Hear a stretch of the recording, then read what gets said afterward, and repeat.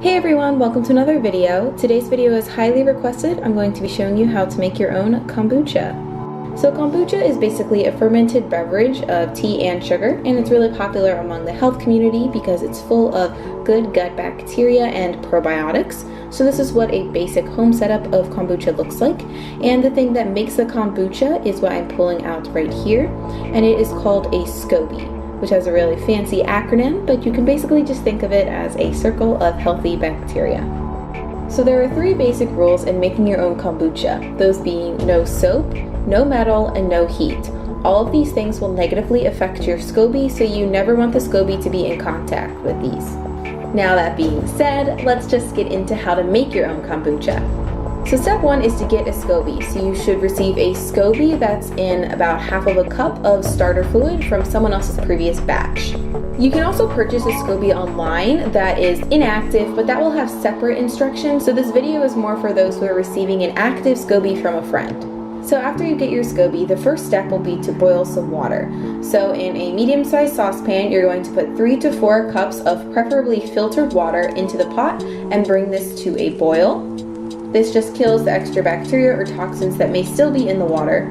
And while that's coming to a boil, you can prepare your brew. So for one batch of kombucha, you will need 2 tea bags. I use organic green tea. You'll also need 1/4 of a cup of sugar of your choice. I use organic cane sugar. This is the container that I use. It's certified vegan, which is really important to me as a vegan because other conventional sugars are often filtered through bone char, which is pretty gross. So once the water has reached a boil, just take it off the heat and pour it into the bowl where you have set up your first brew. And when you pour the water in, it should pretty much melt all of the sugar, but give it a little stir just in case to get any leftover crystals. And then you want the tea to cool completely and brew for at least 5 to 7 minutes. You can take it out after around 7 minutes, but I just keep the tea bags in the whole time, and I haven't really noticed a difference in taste with my kombucha.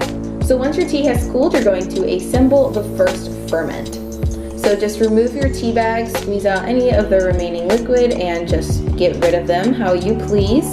So to assemble your first brew, you're going to need a glass mason jar that holds about 4 cups of liquid, and all you're going to do is pour the SCOBY and the starter liquid into the jar, and then pour the cooled sugary tea water into the jar as well. And the sugary tea is a food for the SCOBY, so the SCOBY will eat the sugar in the tea water, and that will cause the liquid to ferment. So all you have to do is cover it with a little piece of cloth or a paper towel and a rubber band or hair tie to keep it secure.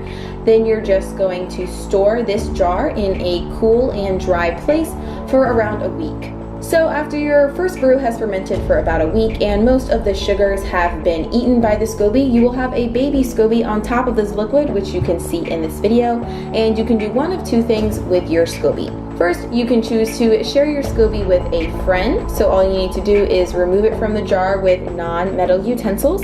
This SCOBY will need half of a cup of brewed liquid, but before I put this liquid into the jar, I always prefer to strain my first brew just to get some little baby SCOBY strands out of the liquid and to make it smoother. So for that, you're just going to need a glass bowl and a plastic strainer. This is the one that I use, and all you have to do is pour your first brew through the strainer and your SCOBY will plop out.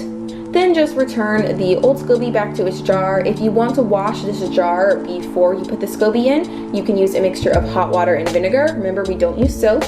And afterwards, you're just going to distribute half of a cup of this liquid from the first batch into each SCOBY so that these SCOBYs can create future batches of kombucha. If you don't want to give your SCOBY away, you can also start a second batch of kombucha so you can have more in the fridge at one time.